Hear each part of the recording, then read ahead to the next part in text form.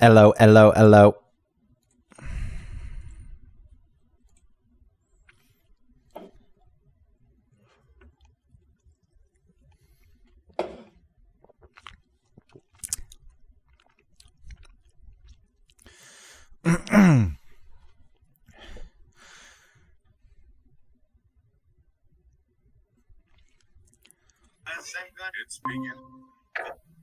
Oh, hello. What were you watching? Instagram videos, I think. No, I heard it's beginning to look a lot. Someone was singing a parody of "It's Beginning to Look a Lot Like Christmas" to a bunch of clips of people hating the snow. But it's beginning to look a lot like fuck this. I hate the cold. Because there's just like that really horrible, snowy, windy, You mean the best weather ever? The beautiful, wonderful, gorgeous, gracious, bone-chilling wind and ice and snow? Yeah, that. Yeah, send those people to Miami for Christmas. Let's see how much they like it. Ugh, I know. I don't know how people in Florida have a Christmas. Or even in Australia. Because it's summer. Sorry, I was leaning off a mic so I could belch. Isn't that weird, though? What, that it's the opposite season south of the equator? Not that that's not weird, but the fact that, you sing like, I'm dreaming of a white Christmas. It's summer. Yeah, I mean, they really should get rid of that song because it's alienating. It makes people south of the equator feel bad. Yeah. Even people in the south of this country. People who live in Tucson, Arizona, for example. Well, it does get cold there. I don't know if it snows often. I don't think so. And, these people feel left out. They feel, what's wrong with me? What's wrong with my life? Mm-hmm. And that I can't have a white Christmas. So I think that song, very Northeast centric and problematic, to say the least. Problematic. So that's probably a song that we should get rid of. Yeah, I think so too. I really wish that we didn't have work the rest of this week. I don't want to go to work. What do you have? You have 12 hours of work? I know, I just don't want to. You don't even have that. You have 9 hours of work. Maybe it's you have the equivalent 10. of one day. 10 hours. Yeah, a person's one single day of work spread over I know. 3 days, and you're complaining. I don't want to. I'm not really complaining. I'm also yawning. I need to get some caffeine. I think you're complaining. You're a bit spoiled. Well, everything becomes work at some point. I mean, the amount of money that you make, if we just base it on the number of hours you make, not so bad. No. But not bad at all. But the fact it's tied to a top-rated show and there's no money, that's a whole different thing. Yeah. Listen, I have no cause for complaints, but I will complain anyway. I have senioritis a little bit. Do you know what I mean? Like, it'd be cool to just not have to work the rest of the week. That'd be fun. I'm only working Monday and Tuesday. Why aren't you working Wednesday?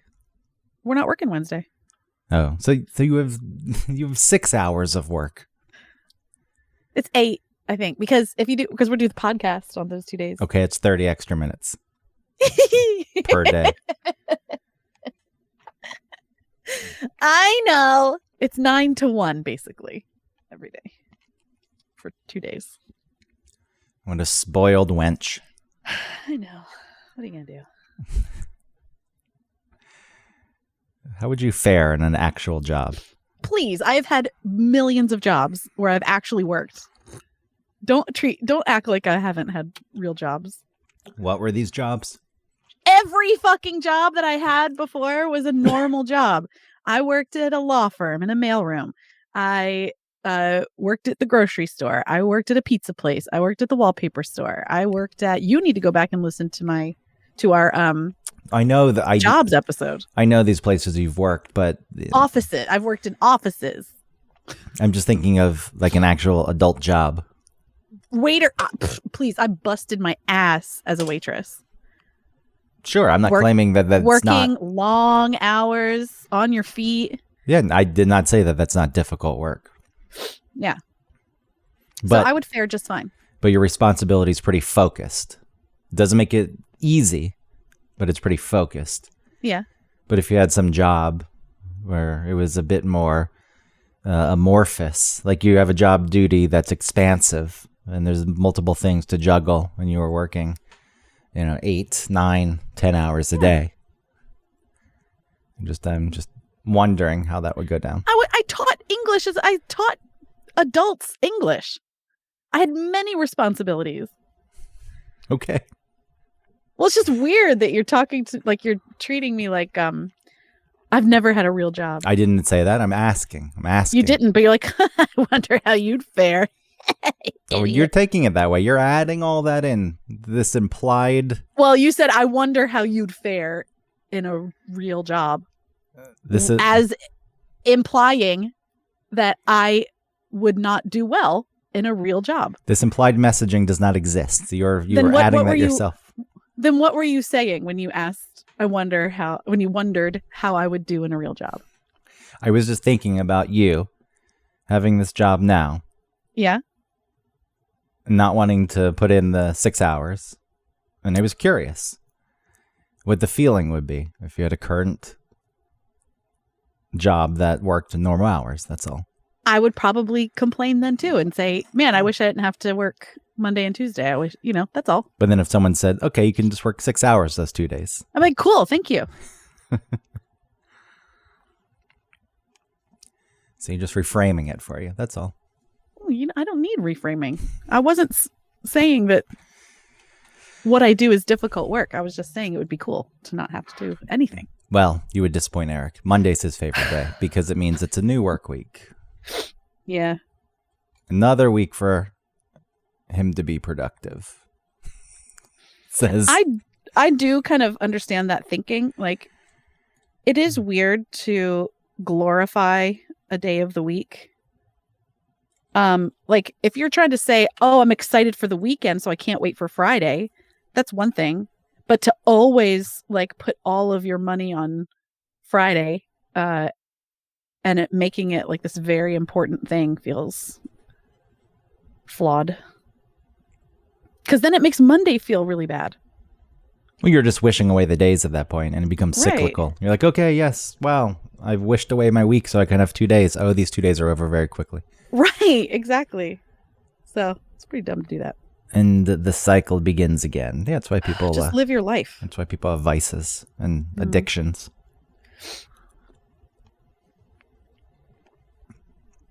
It's all thrust on us. This is what you need to do. This is what you're supposed to do. Do it. If you don't do it, you're a bad person. And the next thing you know, the years have flown by. And you say, what the fuck? And then if you're lucky enough to do what you want to do and get your own radio show and work 15 hours a week. I know it's more than that because of the podcast.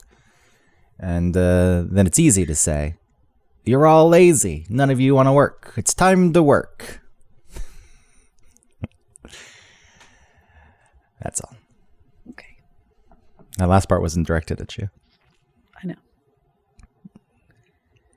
Everywhere you go. It's just I think that's one of my most favorite jokes in the world.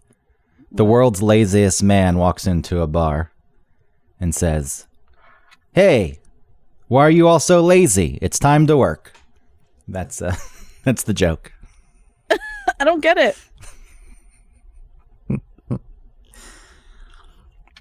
The world's laziest man walks into a radio station and says, hey, that's all. Okay. That's all I'm saying. Because you said walk into a bar. I know. I was just putting it in the... Got it. Okay. In a joke format? Yeah. Okay. I was telling you that was the reason I was bringing it up. Because at the end, you're like, okay. You were shutting down. I said, no, that wasn't directed at you. I wasn't shutting down. I just had no more to say. There's no more need to say anything else. I might grab something. Hold on a sec. Go grab something. My dick. Maybe the show will start while you're gone. Who knows?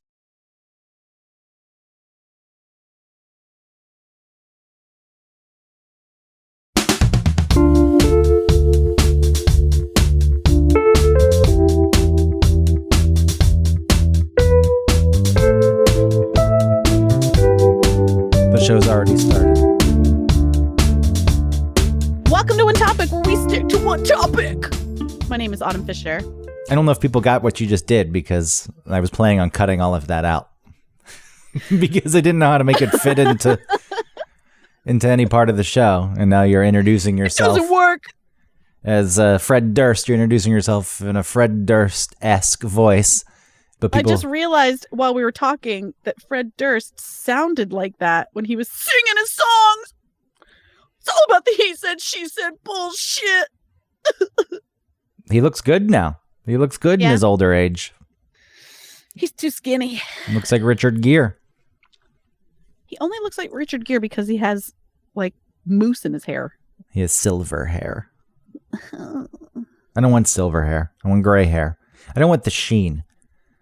There's a difference between silver and gray. Like a matte gray. Yeah, so I much prefer the matte. I don't want high gloss. I don't want eggshell. I don't need any of that. Navajo white. I just want a matte. My name is Greg Russ. I hadn't introduced myself yet. I have to clear my throat. Fred Durst. Yeah, do your Fred Durst impression while I turn on my microphone so I can clear my throat. And I'm Fred Durst, and I sing like this. Okay. Oh, yeah. And thank you for listening to this episode of One Topic. Be sure to buy our world-famous friends, world-famous hot sauce. That's famous around the world. From the world-famous city of Chattanooga. Huh? What? Never heard of it. That's not true. People know Chattanooga. I don't know if people really know Chattanooga outside of the South. What? Are you serious?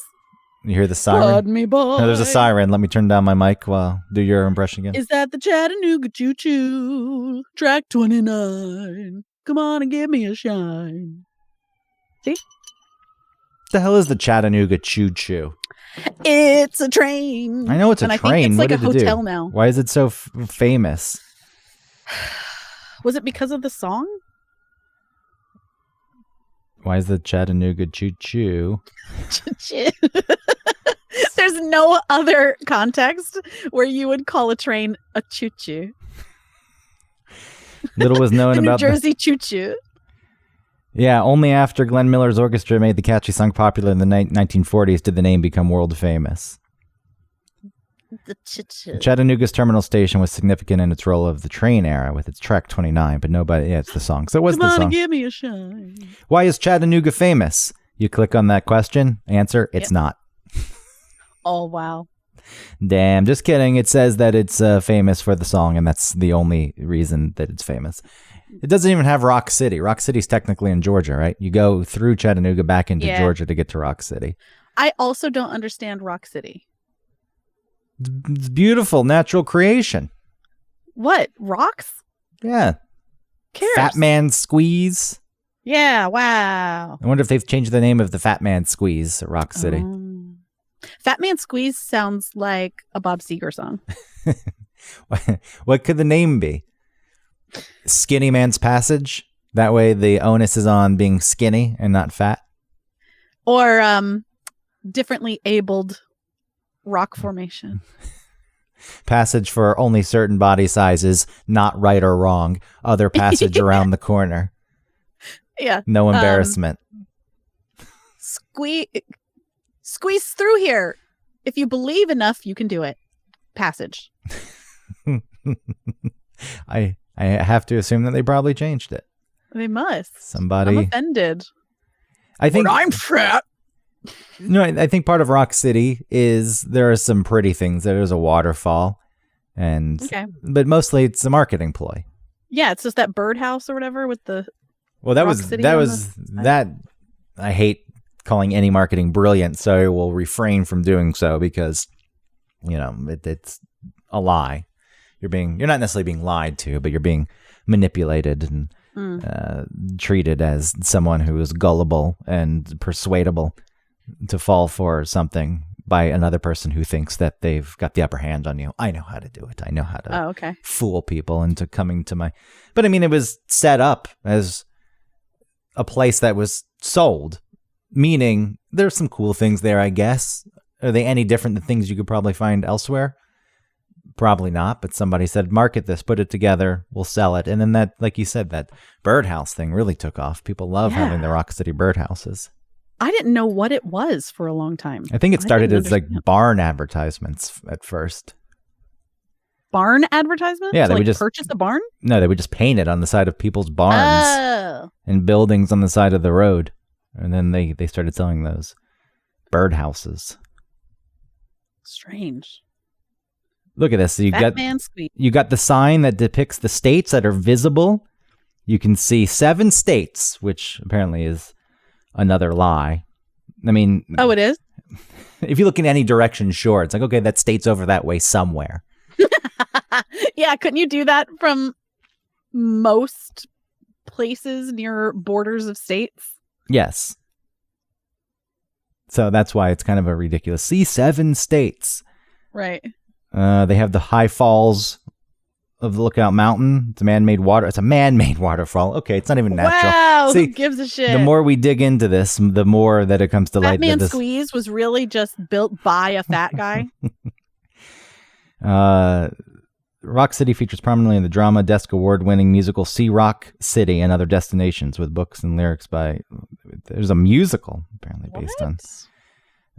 Man, this is all leading back to music, because we were talking about Chattanooga only being popular for that song. So there you go. Lookout Mountain. And then you have Ruby Falls, which is beautiful.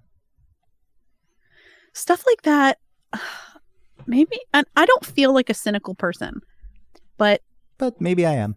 Maybe I am, because things like that, like Ruby Falls, or even going in museums and things, I'm always in there, and I think I'm going to these things, and I feel like I'm going to be interested, and then when I get there, I'm just like, all right, there it is. Ruby Falls impressed me. Granted, I was in 4th grade, and if I went back these days, maybe it wouldn't as much, but it impressed me because you had to kind of work to get there.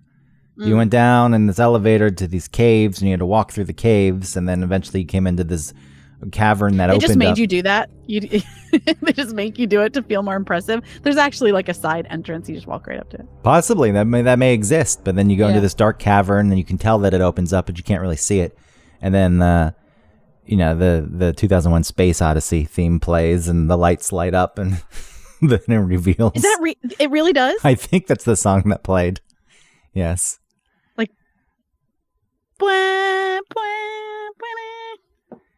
I think it was that, or it was Ric Flair's entrance theme. One of the two. It's Ric Flair's entrance theme. I'm having a hard time remembering which one it was. Ric Flair entrance. Let's play this for you quickly. I know you're going to hate me because I'm probably going to get some kind of ad. Oh, yeah. Get better YouTube. Impossible. Never. No. Pay Refuse. for it. Refuse to do so. Refuse. Well, it's trying to load. I love those packages now that you can get, like, from Hulu, where it's like, okay, these are all the different things, right? Like, you can get it with ads, without ads plus Disney Plus, without ads plus Disney Plus, like Showtime and HBO. It's like, is this just cable now? This is just cable. I'm getting Disney Plus minus. That's the one with commercials. Plus minus. Is it the same? It's the same. This is the... I have no idea what Ric Flair's entrance This is the same, so it's the same thing. This is Ric Flair's entrance theme. So it's the... Okay.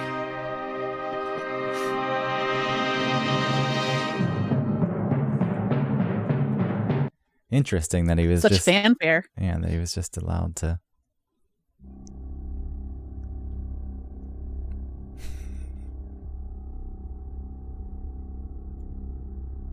What the hell? This is still going? Oh, there it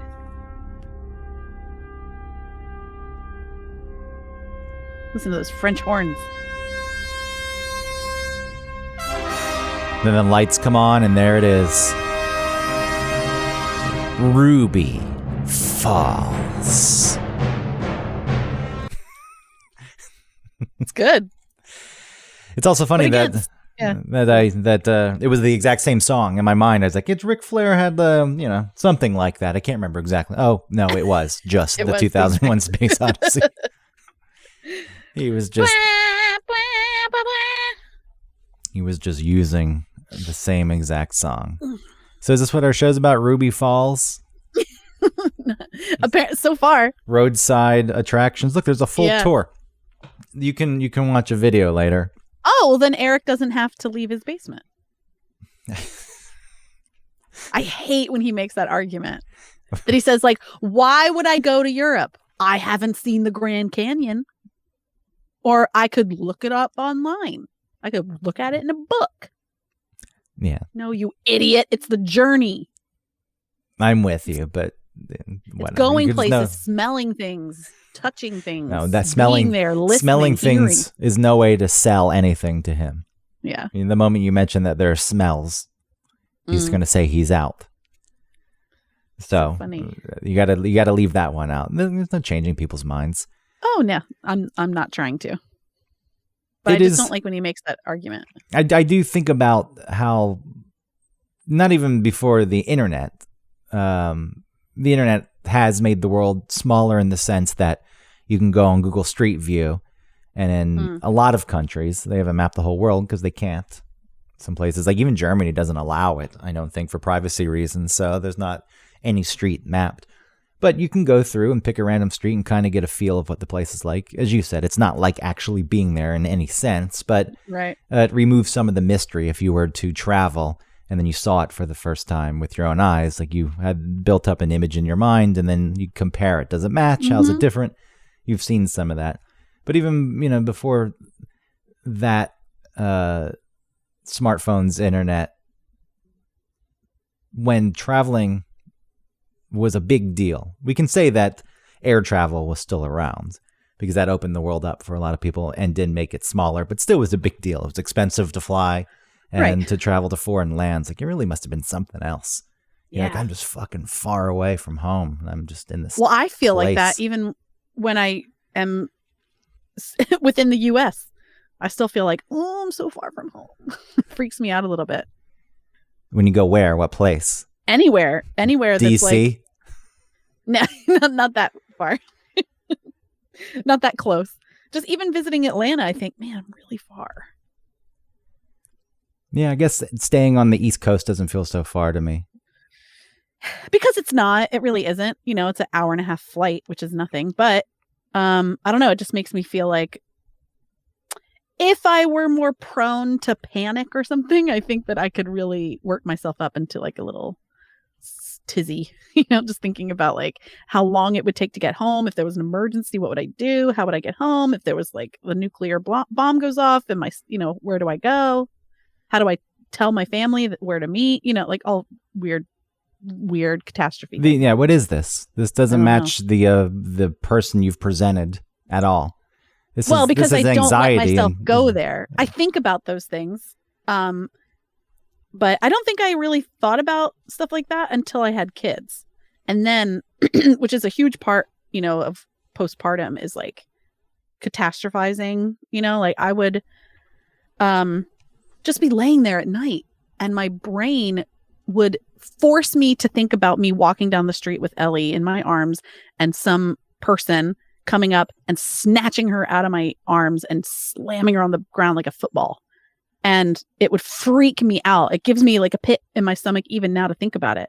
And I think that's where it started, where I started like thinking in these like catastrophe, these really horrible. Well, it's anxiety inducing to be a parent because human children and babies are absolutely helpless, pathetic little beings that can't do anything for themselves. If you gave birth and you walked away, the baby would die. It's not like a giraffe where 5 minutes later it's trotting around eating leaves off of a small tree. A baby elephant playing with its siblings after 2 minutes after being born. Right. It's all on you to protect the life of that child. And that's a lot of responsibility. So that's when it started, I think. Absolutely helpless. But I don't make that. The reason why it's different than what I present is because I don't let myself go there. And I have the ability to stop myself. Whereas I think people who are more anxious presenting are going to not be able to stop themselves. And they'll like spiral. I can understand. Yeah. In theory. Obviously, I don't have children, so I can't apply it. It's not a practice. Because when I think about traveling to Atlanta, and, you know, anytime you make the drive, you've driven from Atlanta to your home in Maryland before. When you can make the drive, it really connects places. And when you can do it in one day, yeah, it's like, okay, it's far, but it's not that far. And it is kind of strange that I started the day in Atlanta and I drove all the way to New York. It took 14 hours, but I'm here. It's a long, long drive. I hate that drive. Yeah.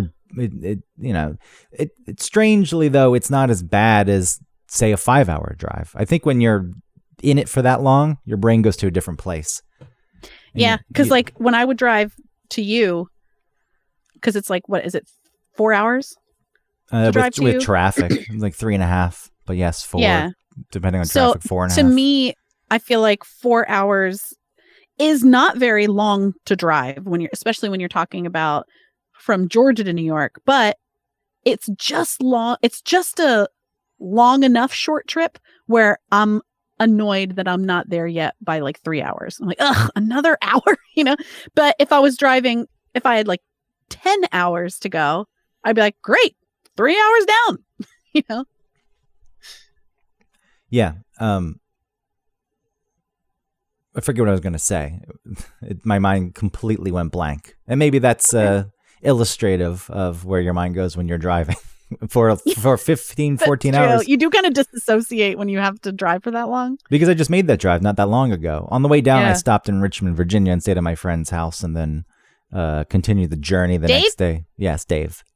The music guy. Yeah, the music guy from a few episodes ago. Yes. But did he listen to that episode? I told him about it. I don't know if he listened or not. Okay. Maybe, possibly. Who knows? He's not supportive. Oh, okay. That's not true. I just a lot of the times people are like, yeah, okay. I know.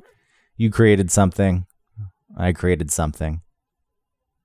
I didn't watch yours. You didn't watch mine. That's not true, though, because you watch his. I do watch his, and I think he would listen. I think he's listened before, and he probably listened to that one. I just don't know if he would say anything about it. Right.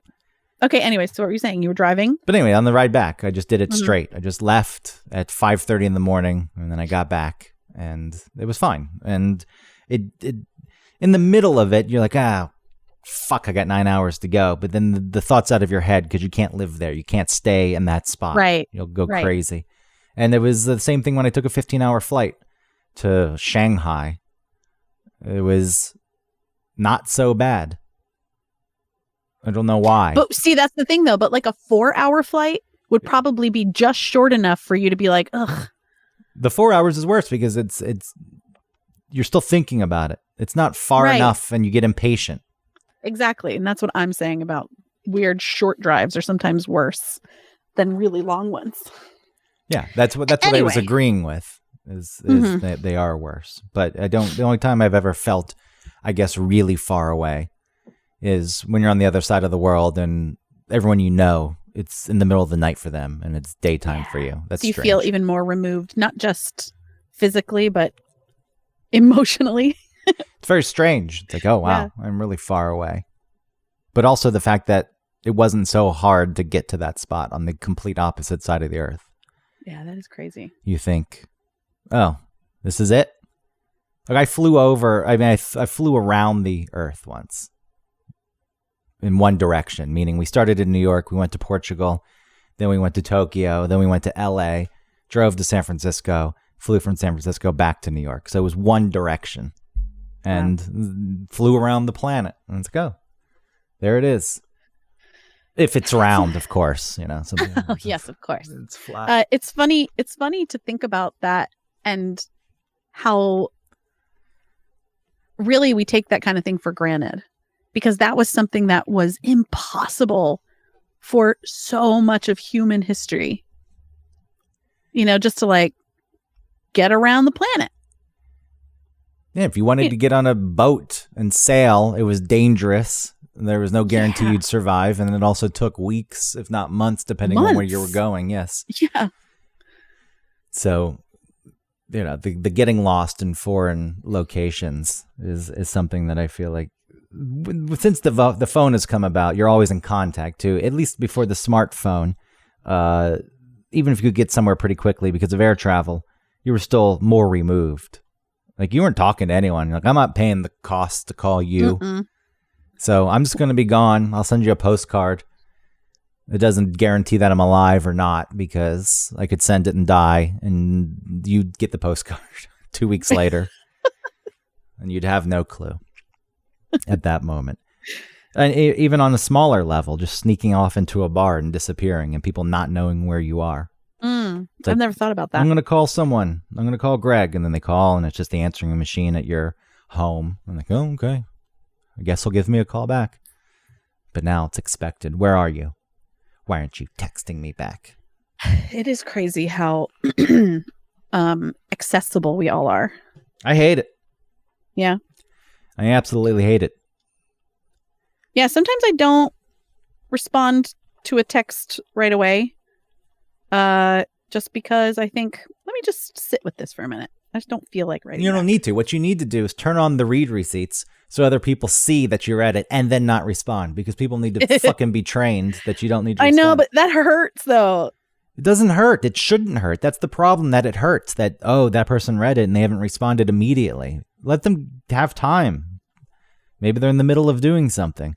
There's no obligation to respond at any I know, but when you're time. Slightly codependent, you think, are they mad at me? What did I do? And then you start having a fake sort of rift between you all the that shit you have no idea is real or not. All the shit is only added anxiety to the world.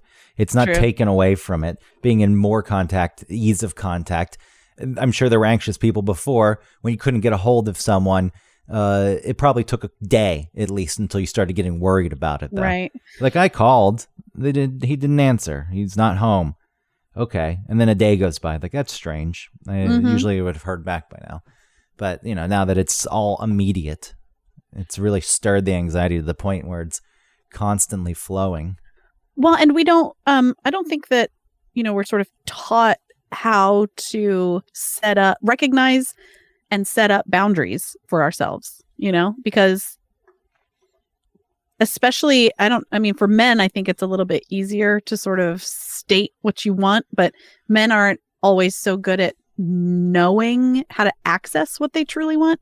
And women have difficulty creating boundaries because they're perceived as like a bitch, for not just being like open and available and pliable and flexible like water. Well, there's no official boundaries that have been set for this new everything. But that's the thing. If we were more comfortable with knowing what our boundaries are and then being able to express them and ask for them, then we would be able to have the read receipt on and the other person not be upset that they read it and haven't responded. Yes. I'm just thinking back to when I was talking about how people just had house phones. And, I'm sure that the people before telephones were a thing, or even before the answering machine was a thing, when you didn't know a person called. So then suddenly you had the answering machine, and there probably was this whole thing where I left a message. Why didn't you call me back? Yeah. A new obligation comes into play. And, people need to adjust accordingly. And whether or not they set boundaries, I don't know. But it does seem like more often than not, people just go with the flow of things, and the boundaries are created naturally, dependent on how ease of access is. And so we are at a point where instead of people setting boundaries, it's just been created for us. Like, you're supposed to respond. Right. I know that you look at the phone, so I know that you saw this. Yes, that's true. So you should have responded right away. It's like, there's no going back, obviously. If I've asked a question and I need a response and the person has their read receipts on and they've seen it and they don't answer me, I'm kind of like, what the fuck? Answer me. I need to know this information. Yeah, that's fair. If it's a thing that needs a timely response. Yeah. What the fuck's our topic, by the way? Is this our topic? This was not our topic. I don't even know what this topic is because we talked about roadside attractions to begin. Yeah. We can talk about what we are meant to talk about, which I still think would be interesting. I mean, it ties into, I guess, boundaries. Well, reaching other expectations. Yeah. Everything lives on. I was going to say it ties into the phone, but everything lives on the fucking phone these days. I wish there were a way back. There's no way back.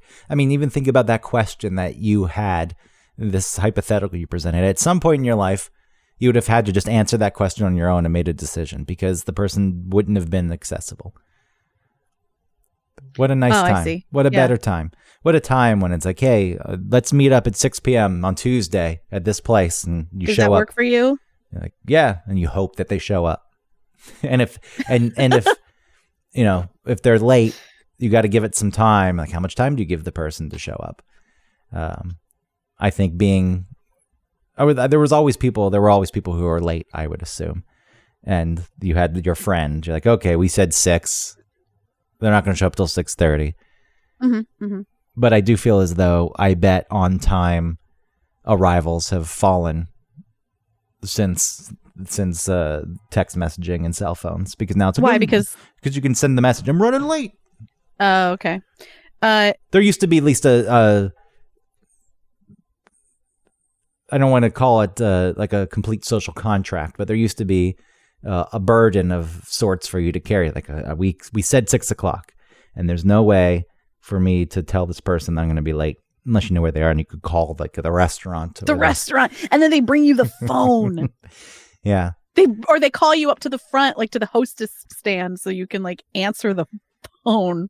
Yeah, I guess it was a social contract of sorts. I hesitated in saying that as I didn't want to make it sound so official, but it was a thing. You created the little contract with the person. We'll be there at this time. And that's just decency. That's just working something out with someone and then saying you'll do something and then I feel like needing to follow through. I would have been the kind of person that's like, hey, I told them I got to get there. I don't want them sitting there worrying, wondering, or yeah. I don't understand people that are always late. Being late and being too early are offensive. I don't find being too early offensive. I do. Get out of here. I'm not ready for you. Don't come early. What do you unless I've asked you to come early and help. Oh, well, you're talking about if someone shows up at your house. Sure, that's a different thing. They're invading your personal space at that point. Yeah. But you mean like meeting someone out somewhere? Yeah. Or like when that doesn't matter. Yeah. When I go to the airport, I get there fucking early because I don't like the stress that being late creates. That's what my parents do. They'll go to the airport like 3 hours before boarding. Well, I don't want to get there that early because it's boring, but I would much rather get to the airport, get through security, and have an hour before boarding than be stressed about the security line and getting to my gate because the boarding is starting in 20 minutes. I just always think, I don't know, I'm pretty good at planning timing. I get places on time. There was something for a while where someone was trying to accuse me of like not being timely and that I was showing up places on time. Like, wow, you're here. Like, what are you talking about? I'm always on time. I don't know where that came from. It really offended me. I'm thinking. I know there's been several pauses in this show for my end, but it's not that I'm not paying attention. I'm deep in thought, Autumn. Okay. I'm deep in thought. Do you want to talk about the real topic? Well, I was thinking about you being on time or late, and I don't really, for whatever reason, have any points of reference, even though I should. Which means I don't think you should because it's never been an issue because I'm timely. It's something I haven't thought about, so therefore it's never been a thing that annoyed me. I've been stuck in traffic and stuff, but I've always like, if I'm late up to a place, it's because of some extenuating circumstance. It has nothing to do with like I just didn't leave the house on time, People that just like hang out and don't leave. I still, going to a movie, for example, especially now that you have assigned seats, so you don't need to get there early because you don't have to worry about being stuck in the front row. I still don't like being too late. I don't really care about seeing the trailers. I like to be settled before they start, but I don't care. I do too. If I miss, because it's dark. Yeah, I don't mind it if I'm a little late, but I still the plan is to be there before, and that's not difficult. That's not a difficult thing to figure out and do. No, I will get to the movie theater early though because taking the train here, the moment I'm pushing it to the exact amount of time it would take if everything went accordingly and the way it should. That's the time that things break down or somebody pulls the emergency brake on the train and stalls. So, more often than not, I'm at the movie theater 20 minutes early and have to sit there and watch all the fucking Nuvi ads. No, and like the bad trivia questions. Like, yeah, that's all part of the Mrs. Nuvi. Doubtfire was played by what comedian? Yeah, that's I don't necessarily enjoy that, but it's nicer to be there and not the feel Coke stress. Commercials. Why? They stopped Why? those. They stopped those. They did? The Coke Young Filmmaker series? Yeah. Where they made commercials for Coca-Cola, but they called it a film. God, those were so stupid. I know, but I always felt bad for the kids because it was always these kids. I mean, not small kids, but like college kids. Yeah. Who got some big break where like they got funding to make what was their commercial? It was like someone sat down next to somebody else and they sat down next to somebody else and then and then their hands touched and they fell in love because that's what the movies do. Yeah, I would always take off my glasses and plug my ears and hum whenever those, because people in the audience would scoff at those and laugh and mock. I scoffed. Yeah, and I'm not saying it's not worthy of those reactions, but I just, I think of a person who got that and was excited. Like, hey. To me, I feel like those people aren't real, though. I feel like they were hired by Coke. No, they're actors. They were real. They were stupid kids. They're kids who wanted to make films, and they thought that somehow this would, they entered some contest and they got some funding and they were able to make something. I don't believe that. I think you fell for that. That's not, no. See, for sure. I'm not cynical. I am pretty cynical, I guess. No, I don't think I'm cynical. I'm just aware. You always have people who are going to do things like that. I would never enter a contest like that. Yeah. But there are people who will. There's plenty of people to do it. And then they're proud of their work, as lame as it is, that they got fooled into making a Coca-Cola commercial. And then they have a whole theater filled with people laughing at them. I don't like it. Okay. So I take off my glasses and plug my ears and hum until it's over. I'm sure the people around you loved that. The fuck's the topic? The topic is, I'm not sure, is you just wanted to shit on a person for putting up this twerking video. That's what the topic was. No, that's not true. So that's what and I'm not saying that that's wrong. No. I don't want to shit on that person. What I want to do is understand why this person would put up a twerking video. Like the videos weren't really twerking, they were just dancing. No, the whole video was the person dancing with their ass towards the camera. Yeah, but not twerking. Pointing at the camera. There was a little bit of twerking. I think that was just on accident. Well, whatever. It was a strange video to post. Yes. It's like when you see I really like this person. I respect her. And I just thought it was I reacted to it as like, what is this? And I was confused and I was a little like intrinsically embarrassed. And then you and I were talking about it and you brought up some points and then I started to think about my own reasons why I post things and what is the difference and why would one form of what someone chooses to post, why would I judge that and what am I doing it for? Do you know what I mean? I just wanted to understand more about that and talk about it. Why do we post things? Has this not been explored extensively? Why is people love it? They love the...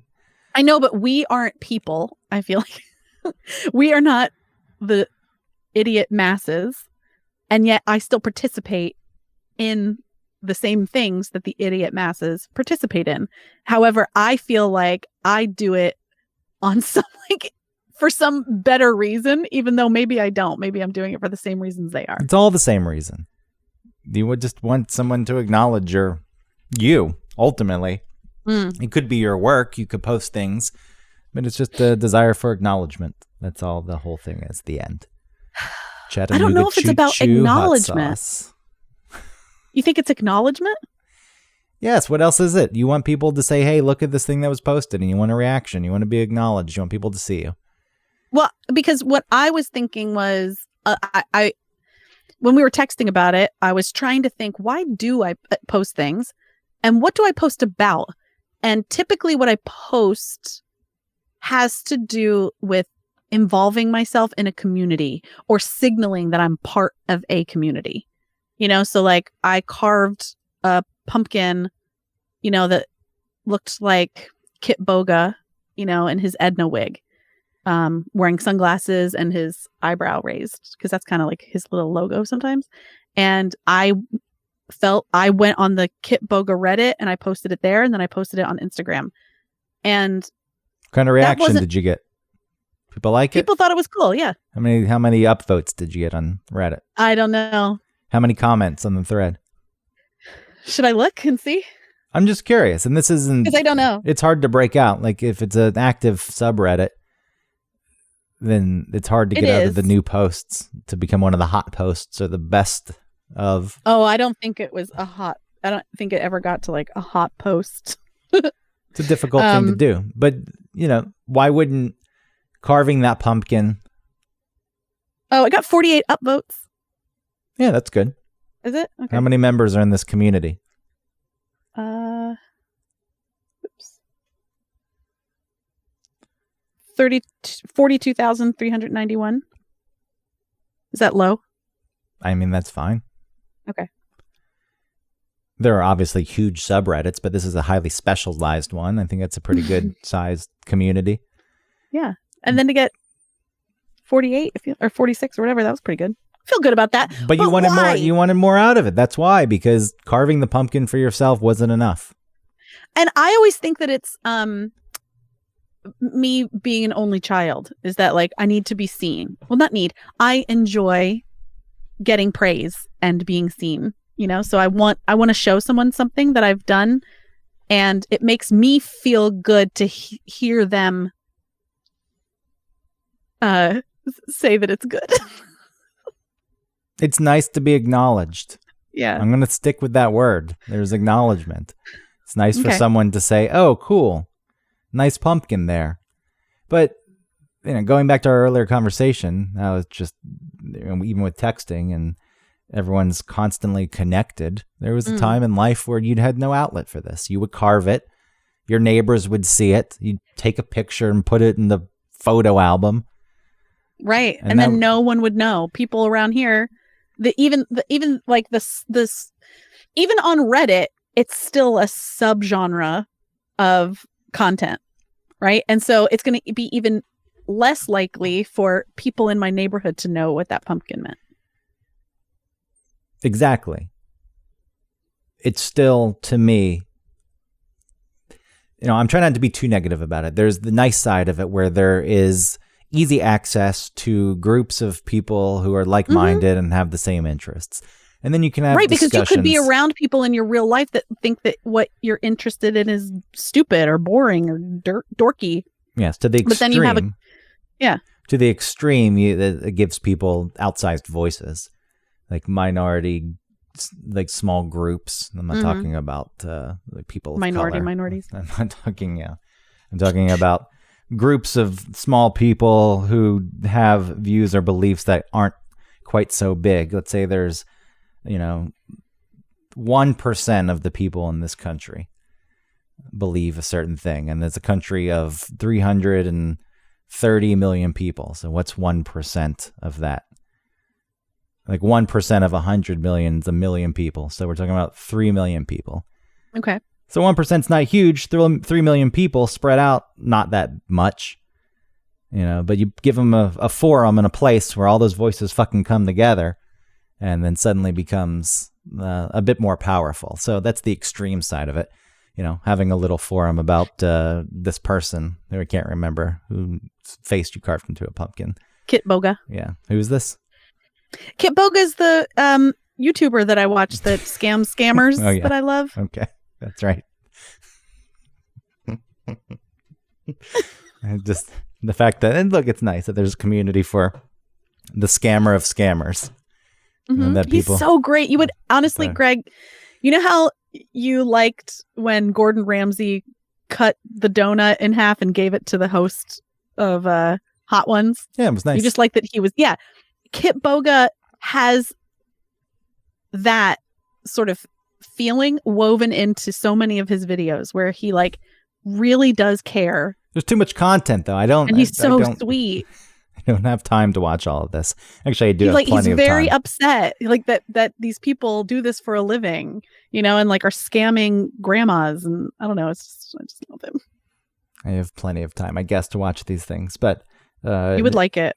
It seems like once you go in, you drown. There's too much content to sift through. There's not. But anyway, it's nice to have a community. In the past, if you liked me, in the past, this person you would. In the past, this person wouldn't even have their face carved on a pumpkin because they wouldn't exist. But, people had their interests with their authors or their movie stars or whatever the fuck they liked. And you would get fan groups that had to, write each other by mail. Join the fan group, and they would send you a bad sandpaper type T-shirt. And it was extra large. It was a bit more work to connect with the people. And having that connection is, not a bad thing. It's become so niche, I guess, is the word. Like you can find groups for fucking everything now. Yeah, that's true. What I think is interesting is what you were saying about acknowledgement. And then I think when we were texting about it previously, I think you talked about how truly disconnected we all are, really. And maybe that's why people post content that feels embarrassing or feels pointless, is because there's something missing in the way that we've structured our society. Where people don't, I know this sounds like old man cliche, but like people don't know their neighbors, or they do, but some, it's like people avoid each other. People are shitty online. There doesn't seem to be any urge for connection with people that think differently than you, or any type of like understanding that you try and give anyone else if they think differently than you do. And maybe we've set things up poorly, so something like a bad TikTok video sounds like a good idea. You're like, this is the way that I'll reach out in a way to say like, hey, I'm here and I exist. Is it too much though? Do people need too much of this acknowledgement? But why, if that's true, why do they need too much? I mean, because they don't have enough. They're like empty in some way. You think about the past and the way people lived, and especially, women who are expected to stay at home and raise kids and clean and cook. And obviously we're talking about a very specific period of time here. But I think over the course of history, women, for the most part, didn't have much flexibility to fall outside of the roles that were set forth for them. Mm-hmm. And people just did what they were supposed to do. And there was zero fulfillment or minimal fulfillment, and probably not a lot of acknowledgement. And, I'm not saying that's right. And, the moment anyone was given an opportunity to receive acknowledgement or feel as though they fit in somewhere, or found a community where they were comfortable being themselves, that's, highly appealing. And so to build on what you're saying, every group of people probably felt like this to an extent. I do think that probably small villages in third world countries probably do feel more connected and understood than people in our society today. So it very well is part of the structure of things. Well, it depends, because there are plenty of people who used to feel sort of more isolated, that the community that they've found online makes them feel less, like we were saying, like that they're not alone and that they aren't weird and that there are people just like them. So that's good. That's important. But, even in the past, when you're talking about like women's roles, there still was, I think, more of a connection between humans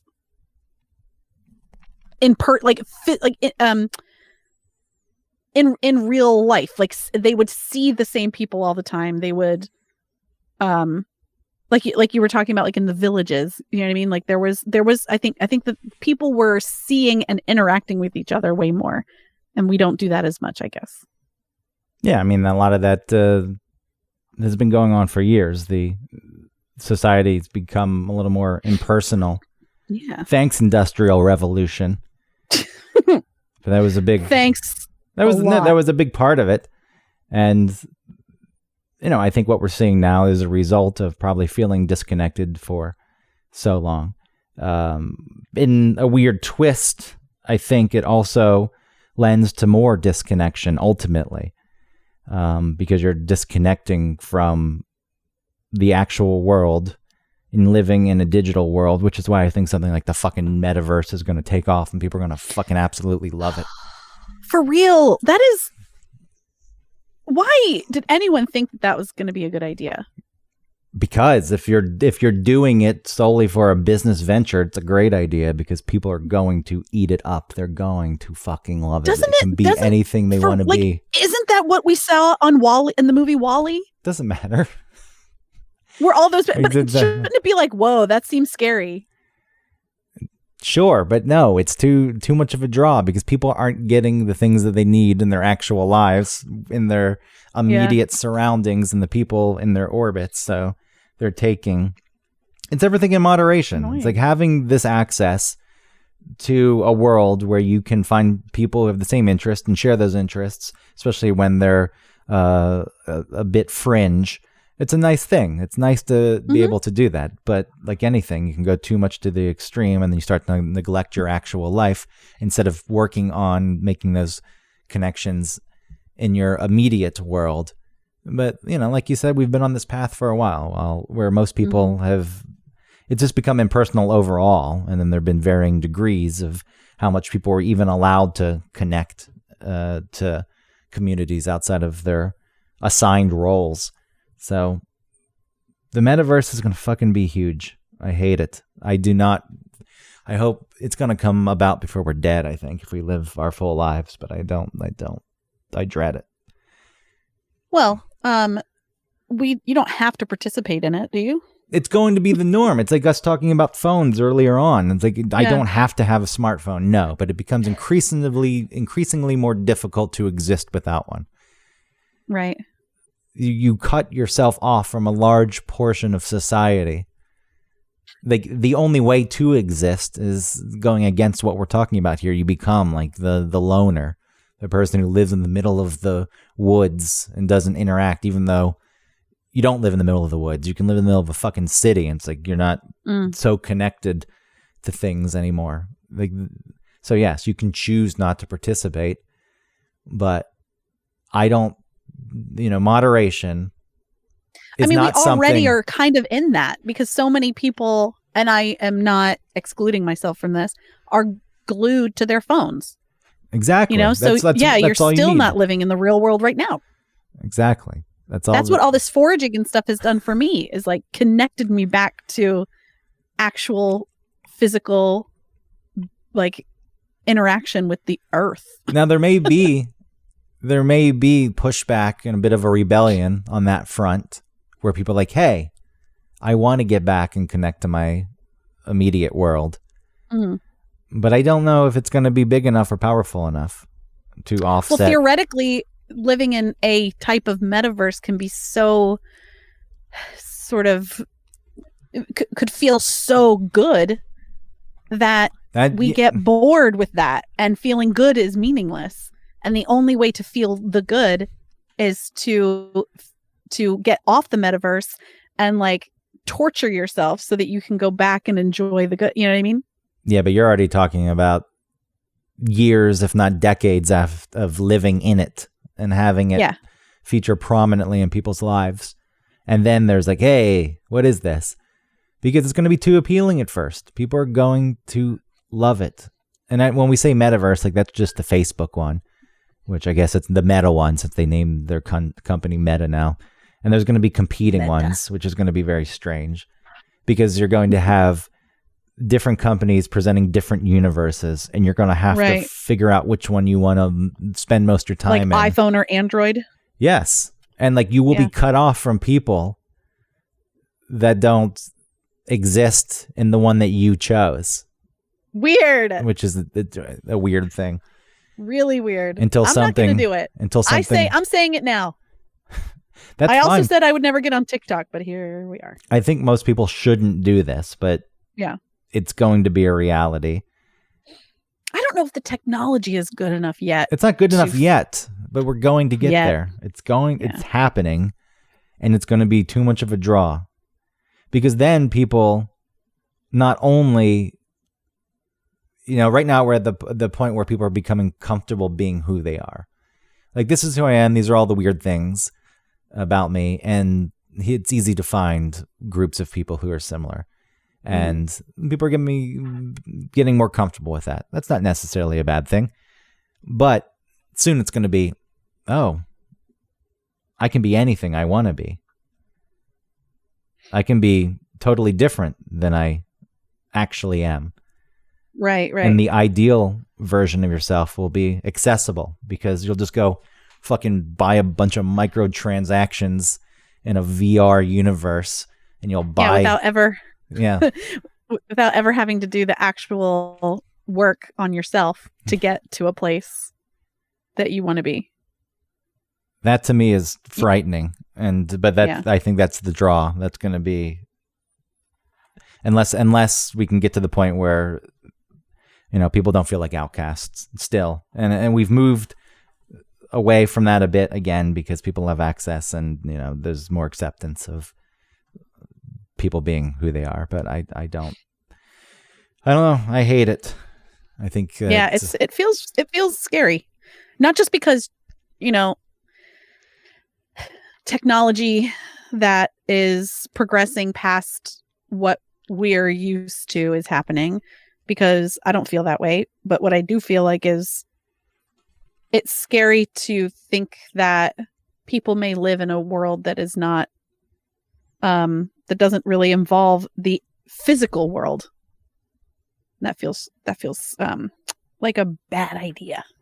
The idea of acknowledgement, to tie that into this, is there are at least physical limitations on what you can change about yourself. There actual points and lines you can't cross. You can't go past them if you want to be something that you're not. But in a world that's got infinite possibilities, and the level of acknowledgement you can get for creating a persona,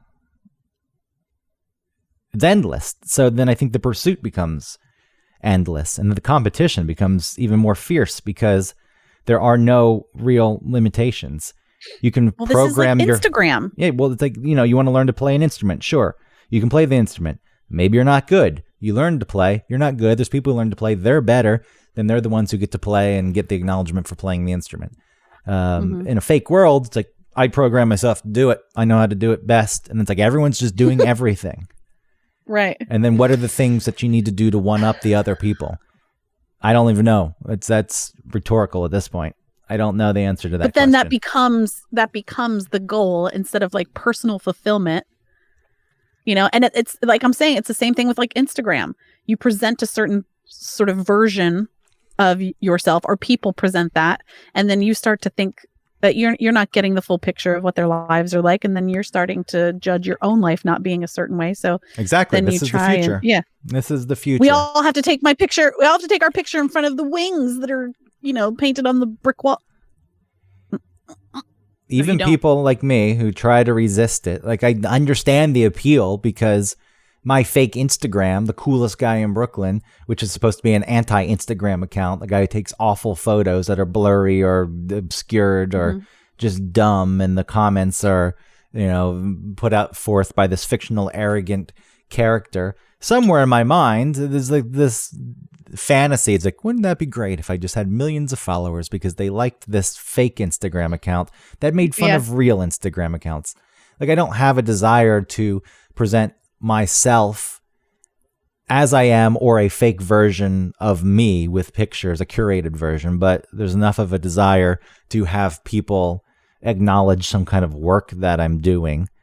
Not that, I use that term loosely, work, when it comes to this stupid Instagram account, but that I've done it. It exists. It's there. I don't post that often, but it's not there. And, right. Even yesterday I posted a really dumb video about the heat being on, using the song "The Heat Is On" because I turned on the heat in my apartment. And you made a video. You made the video, and you had to edit the sound, the song. Sure, there was a little bit of work. Put in some work for that. There was a little bit of work that went into it. It wasn't much overall, but it was a little bit. And you post it, and then I checked it like for yesterday for a few hours. I was like checking it obsessively. It's like, please. And the truth, like I don't even have that many followers on Instagram because the account is dormant for the most part.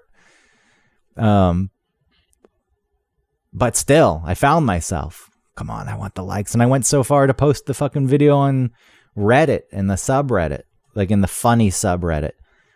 And it got removed by the mods for whatever reason. I don't know what rule I broke. I looked at the rules, but it's like, hey. You don't think it was the music? The copyright? It could have been the music. I have no clue, but I read the rules. I thought it was fine.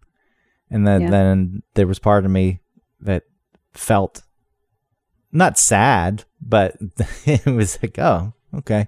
Disappointed. Yeah, I was disappointed that it got removed. Because why? What was the end game there? Wouldn't it be cool if this took off and became some stupid thing that like thousands of people upvoted because they thought it was funny? Right. So what is that drive?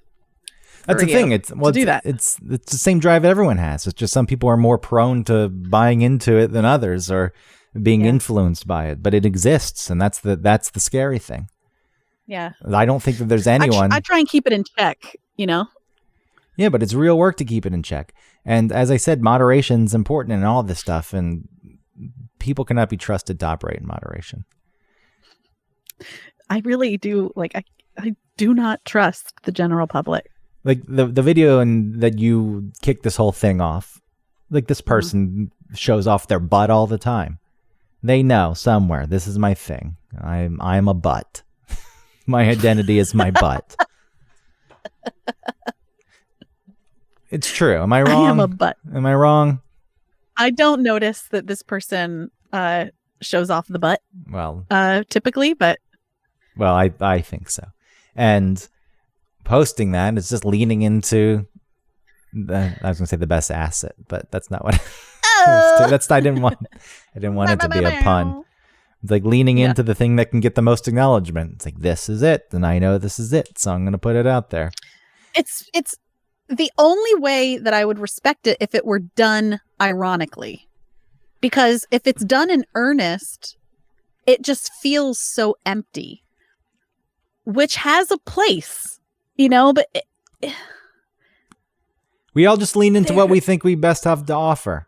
Me, it's like, what can I offer the best? This irreverent fucking Instagram account. Yeah. That's what I feel like I can offer better than other things in my life. You is your pumpkin and your love for this weird YouTube star. He's really great. I'm sure. Like, I'm not, you don't need to defend him and say that he's not. But it's I think a simple answer that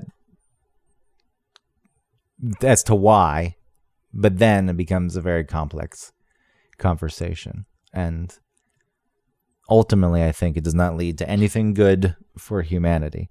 There was a point in time when the idea of being productive and good at your career, like that was just the easiest way to set yourself apart. Everyone's just fucking trying to prove something. That's all it's ever been. You talk about, the great buildings and architects, and ultimately it was someone trying to show off and one up someone else. That's what it boiled down to. And now the playing field is just expanded a bit. It doesn't have to be your career. It doesn't, it's wide open. So people are playing in many different arenas, but everyone just wants to prove that they are more worthy of being noticed and lauded than other people. I agree. And I think also, like, I was thinking the sort of the opposite of what people do, where, you know, like they post like sexual pictures of themselves that feels very desperate and like maybe like low self-esteem, you know, because this is what I have to offer is like the sex appeal. Personally, me on my Instagram, not trying to post like thirst trap pictures is also signaling to say like, I am more than a sexuality. Do you know what I mean? So like even not doing something is also doing something. Yes. I think it's kind of sad that we've put it on people that if their approach for attention is sexual, that it's sad. Whereas, you know, all these lame ass one-line Twitter jokes aren't sad, but it's the same thing. People are after the same thing ultimately. Yeah. But that's the more acceptable way. Everyone's a fucking lame ass comedian these days. That's pretty much where we've landed. That's okay. But that person, you know, even the way I talked about, you know, the twerking originally, it's like, yeah, there was a criticism, in an underlying criticism in the way I was talking about it. And it's not necessarily fair because it's no different. Right. It's no different than an idiot who posts a picture of the heating system in their apartment set to the heat is on. See, that's what I mean. But I feel the same way. Like I felt judgy and then I sort of judged my judgment to say like, what am I doing then? What's the purpose of me posting anything? Yeah, that's fair. The only room you have to criticize is if you haven't posted anything ever in your life and you really have 0 accounts. But at that point, you wouldn't even be seeing this stuff. Because as someone who isn't necessarily active in posting, I'm obviously on it enough to see things. So. And you wouldn't have any context for what people post, because then you would be like the people who are afraid to go to the airport because they think everyone is causing a scene, you know, not wearing a mask and screaming and getting pulled off planes. Like that is a teensy percentage of what happens at airports. You know what I mean? It's typically like people are just trying to get on the, you know what I mean? So if you don't know anything, then you only hear the worst things. And so you think everyone is this, and it's not the case. Yes, it does get outsized, but to